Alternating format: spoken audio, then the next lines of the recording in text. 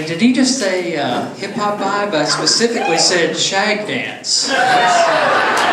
It's like a little whamma-lamma ding-dong, Tony. It's great to be back again this year, and it was nice to see so many familiar faces from last year's show coming in. I think you know who you are. You're the people saying, "Hey, all right, it's the weed guy. Pass the bowl, baby." The vapor pen or whatever it is you're smoking these days. I can't keep up. But you know, technology's really changing everything, and I learned that the hard way when I bought this smartwatch a couple months ago. Because you know, if you're like me and you don't keep your cell phone like permanently holstered into your belt, the smartwatch is a lot like Eddie Haskell on Leave It to Beaver. I mean, it looks like a very polite and respectful accessory, but in reality, it's just a huge punk that you want to flush right down the toilet. You know, the first night I was wearing this thing in my house, I'm in the kitchen washing pots and pans, had no idea where my cell phone was, no idea where my wife was. All of a sudden this thing starts vibrating. Hey, it's my first cell phone message. Let's see, smartwatch message. Let's see what it is. That's a message from my wife, who I could see then sitting out in the sun on our back deck, and it said, "Hey, bring me a vodka tonic when you finish with those dishes, bitch." A sucker punch right in the stomach, you know. I knew immediately I had made a big mistake because I was hot. I was fumbling around these little buttons trying to find the emoji that looked like this. Apparently they didn't make that one, but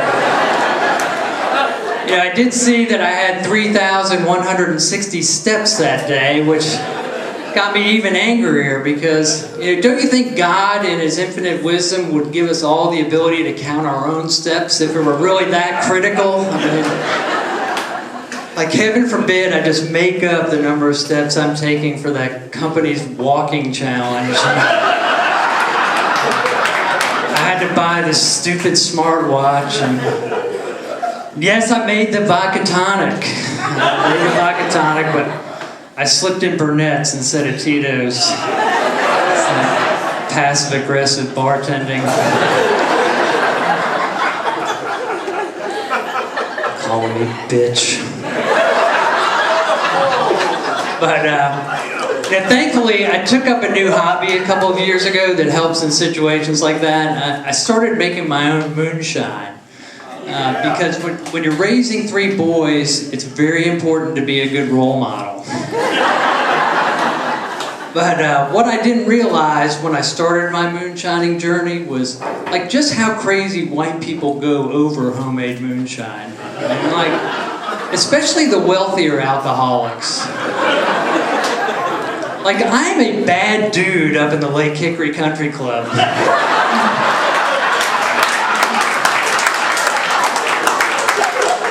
Got like all these old geezers calling me El Chapo up in And at Christmas time, it's great because you just mix that white lightning up with a little warm apple cider, brown sugar, pop it in a mason jar with a cinnamon stick, and bam, you are everyone's favorite neighborhood Santa. And that stuff is Christmas crack, and I'm the dealer. I mean, I'm sure you all have picked up from the look of my menacing attire that I've really embraced the gangster lifestyle. I mean, sure, it's funny and all, but like, this get-up's become the official uniform of white privilege. I get profiled pretty much daily. I've noticed, like, mothers with small children shielding their gazes. Don't look at him. He looks dangerous. He's not wearing socks. He may be a golfer. I think that whale patch indicates he's the leader of his golfer gang. But you know, just when you think you're some kind of tough guy in a Vineyard Vines polo shirt, some random white goober's gonna ruin your rep. Like, we have these oral surgeons up in Hickory that are all the time on television promoting their sedation dentistry practice. I'm pretty sure they wrote the ads themselves because the tagline for their service is, "We'll wake you up when it's over." When I saw that ad, I'm like, is this the sedation dentistry office of Dr. Cliff Huxtable?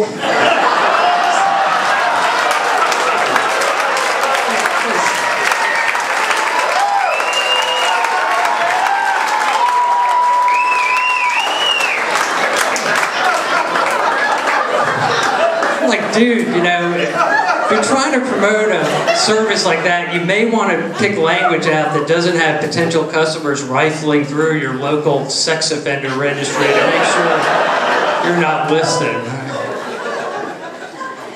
And the television commercials you see for local car dealerships, they make me pretty embarrassed to be a white person. Like that Toyota dealership in North Charlotte, the one that's always got that weird-looking dog propped up awkwardly on the hood of the car. I mean, what's that dog doing there? Are they trying to distract men like me from noticing just how big that blonde woman's breasts are? Because I can tell you that's not working.